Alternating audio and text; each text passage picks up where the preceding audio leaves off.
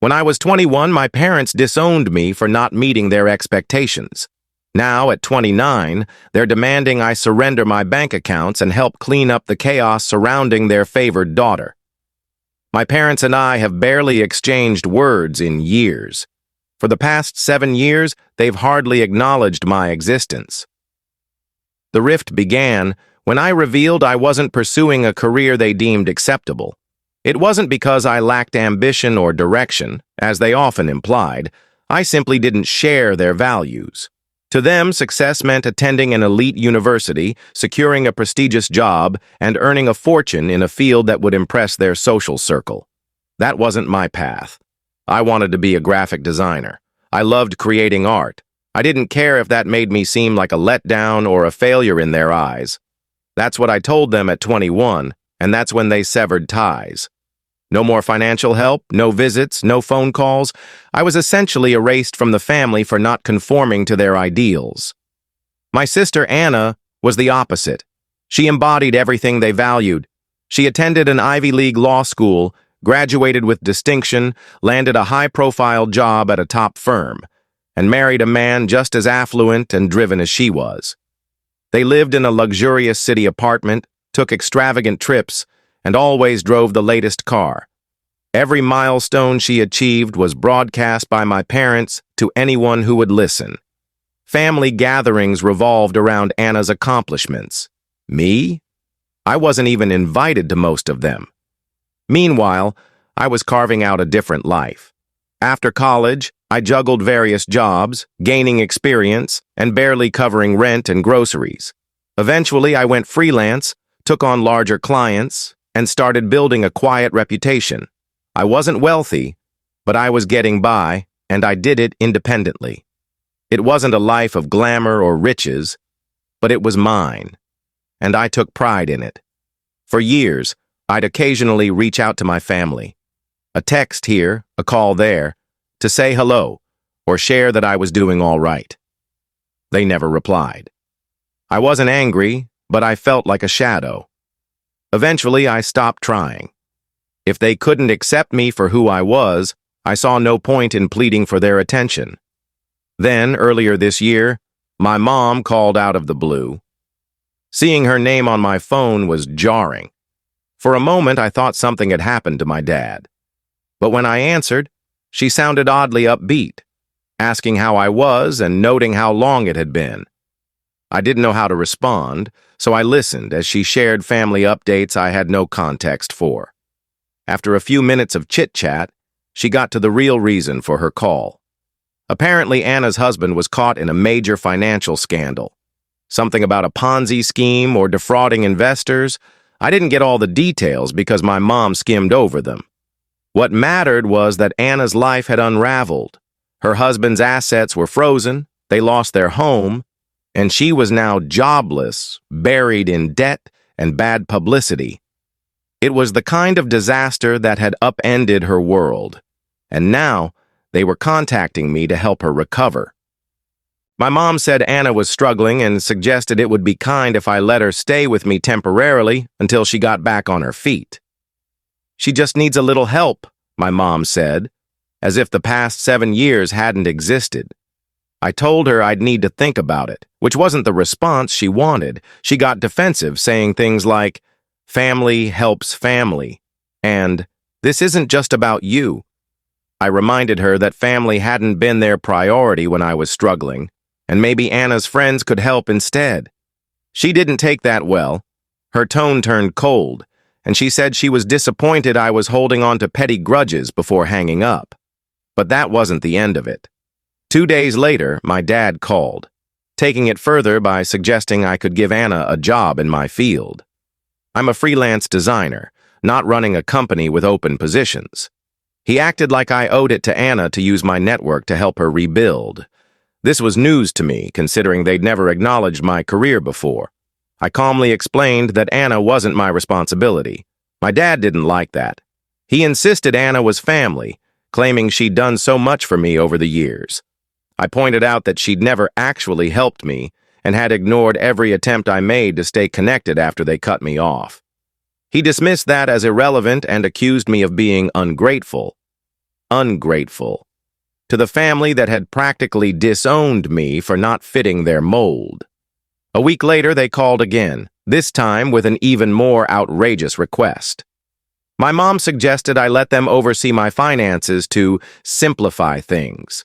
She spoke to me like I was a kid, proposing they access my bank accounts to redirect some of my earnings to support Anna until she recovered.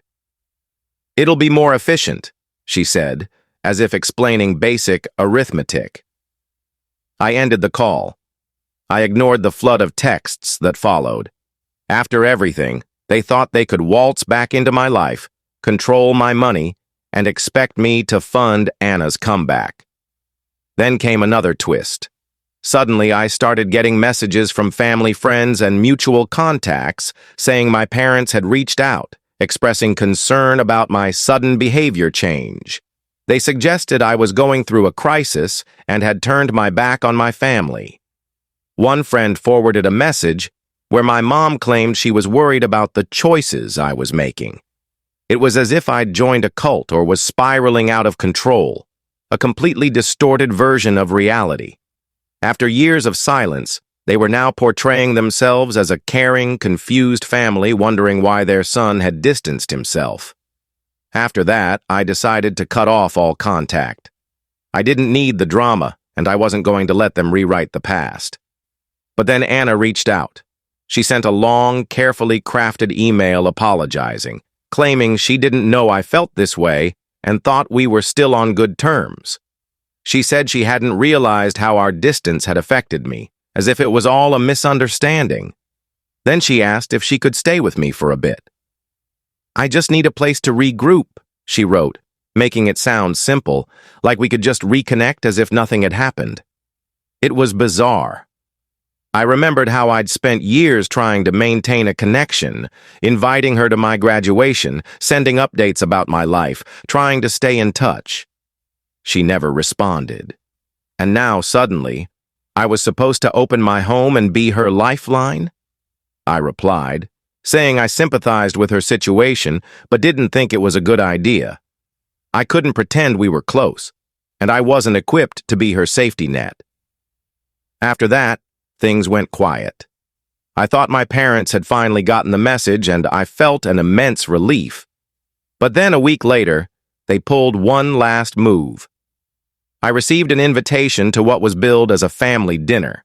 My dad's idea, supposedly to mend things. For some reason, I went. A small part of me hoped things might be different this time. They weren't. The moment I arrived, I realized it wasn't a dinner, it was an ambush. The whole family was there, ready to fix me. My dad took charge, saying I'd let them down and needed to let go of grudges. They painted me as a rebellious kid who needed to be reined in. When I tried to share my side, they acted like they had no clue what I meant. The years of silence, the way they'd cut me off, how they'd ignored every milestone in my life.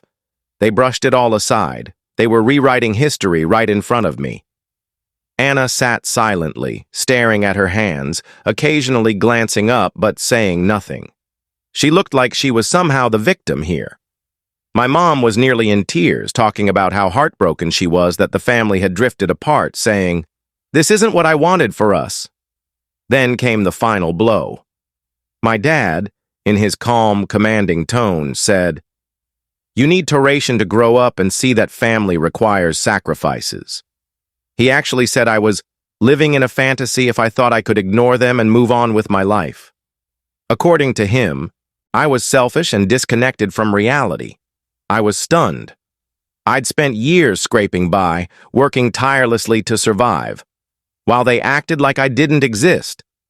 And now they expected me to set all that aside and act like we were a united family? I'd had enough.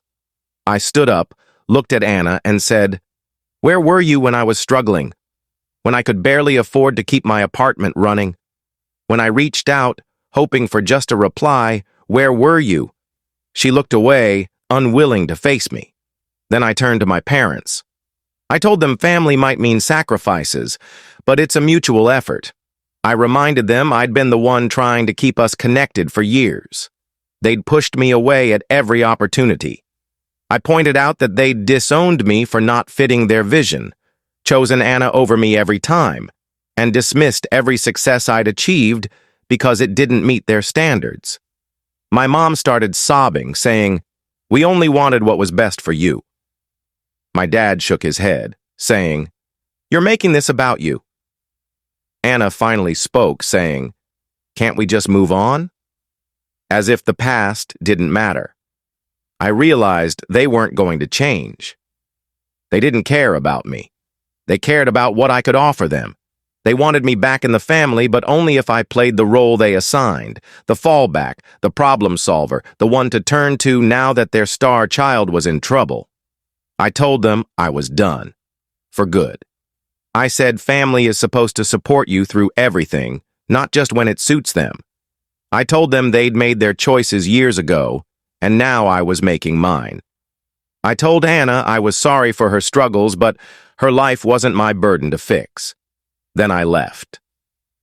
That night, I blocked their numbers. I unfollowed them on every platform and told my true friends what happened. They stood by me, reminding me I owed my family nothing after how they'd treated me. It's been months since that night, and I feel unburdened. Cutting them off was one of the toughest decisions I've made, but also the most liberating. I still think of them sometimes, especially during holidays or when I see others with their families. But I know I did everything I could to mend things, and I won't be anyone's fallback option. Now, I'm living life my way. I'm growing my career, surrounded by people who value me for me, not for what I can provide. And while part of me will always wish things had been different with my family, I know I made the right call. I don't know if they'll reach out again, and honestly, I don't care. I'm done trying to be someone they can approve of, and I'm done sacrificing my happiness to fit into their world. This time I'm prioritizing myself, and it feels right. Thank you for watching Story. Please subscribe and hit the notification bell for more real-life stories.